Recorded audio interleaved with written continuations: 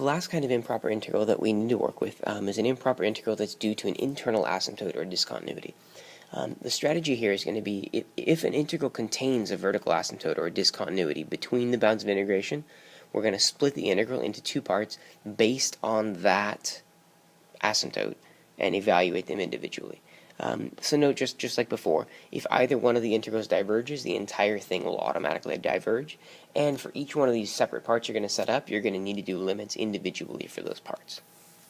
So I've got two examples. Let's move on and look at those now. So here's this first example, the integral from -1 to 1 of 1 over x dx. Right? So the thing that's the problem here is that there 0 is a vertical asymptote. 0 is between -1 and 1, so I'm going to have to split my integral up into two parts. One of them will be from -1 to 0, and the other will be from 0 to 1. And we're going to have to use limits to represent the 0 because we can't actually plug 0 into that thing. Right? So my first integral will be the limit as a approaches -1 from the right. I'm sorry, not -1, as a approaches 0. And if you think about the integral from -1 to 0, we'll be approaching 0 from the left. Let's see, the integral from -1 to a of 1 over x dx. And then plus my other integral will be from, whoops, I forgot the limit.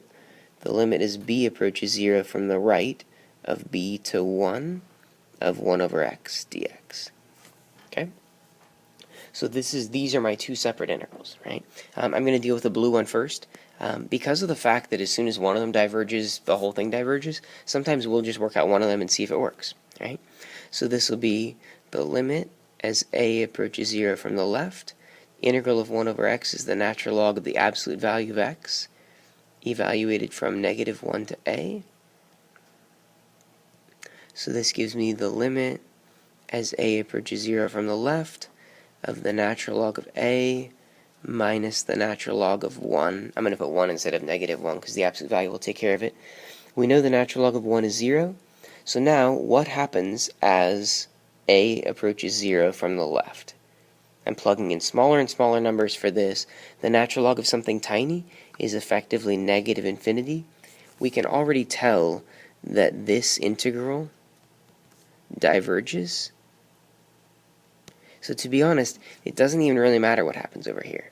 Even if that were to converge, it wouldn't matter because this integral is not going to add up to the same thing, right? So this is a case in which the entire integral diverges. Okay, so as soon as you see that one of them is out, it's worth your time to either do the other problem or to check your work here. You don't want to base your entire answer on one little bit of work that might have been wrong. But as soon as you see that one of them diverges, you kind of know that the whole thing diverges. So here's another example for us.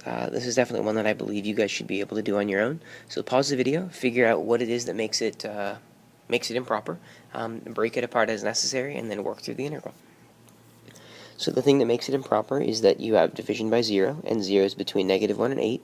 So I'm going to split it into the integral from from -1 to 0, and then from 0 to 8, and I'll use limits to represent the zeros because we can't actually use those. So the first will be the limit as a approaches 0 from the between -1 and 0. So as we approach from the left of the integral from -1 to 0 of, it's basically x to the -1/3 dx plus the limit as b approaches 0 from the right of the integral from 0 to 8 of the same thing, x to the -1/3 dx. This integral should be really straightforward. I just have to increase the power by 1 and multiply by the reciprocal of that. So when I add 1 to the power, I get 2/3.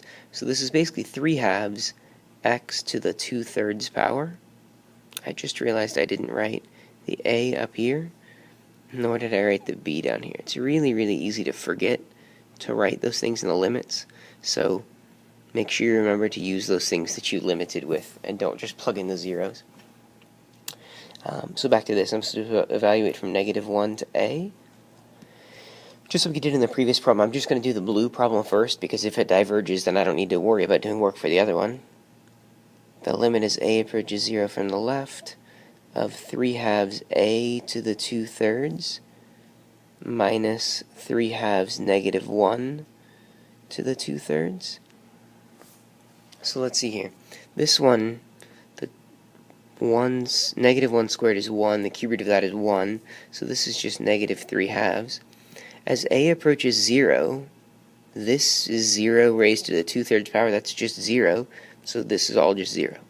So my left integral, like, whoa, this one actually converged. It converged to negative 3 halves. Now we just have to find out if the other one did also. So let's try that. Fortunately, a lot of the work of doing the integral is already done over here, so we can kind of just borrow that work. The limit as b approaches 0 from the right of 3 halves x to the 2/3. So then we've got the limit as b approaches 0 from the right of, let's see, I was supposed to plug in b and 8 here. So 3 halves, so 8 to the 2/3 power, 8 to the 2/3, I will work that in a second. And then minus 3 halves b to the 2/3. When I'm doing 8 to the 2/3 power, the cube root of 8 is 2, 2 squared is 4, then 4 times this gives me 6. So I've got 6 minus, and then as b approaches 0, I'm getting 0 to the 2/3 power. This is all just 0, so I'm ending up with 0 for this as well. So this is awesome. Like this doubly improper integral actually worked, right? I have negative 3 halves plus 6. If I make that 6 into 12 halves, I can see that the entire integral converges to 9 halves. So this is what it looks like when a doubly improper integral, or any integral that needs to be split into two improper pieces, what it looks like when it converges. What you'll see is that both sides will converge to individual values, and we will add them together to get the total area in this region. So that's improper integrals. I hope that made sense. If you've got questions, as I always say, please write them down. Please bring them with you to class, and let's have a good discussion about it. That's what our class time is for. So I look forward to seeing you there.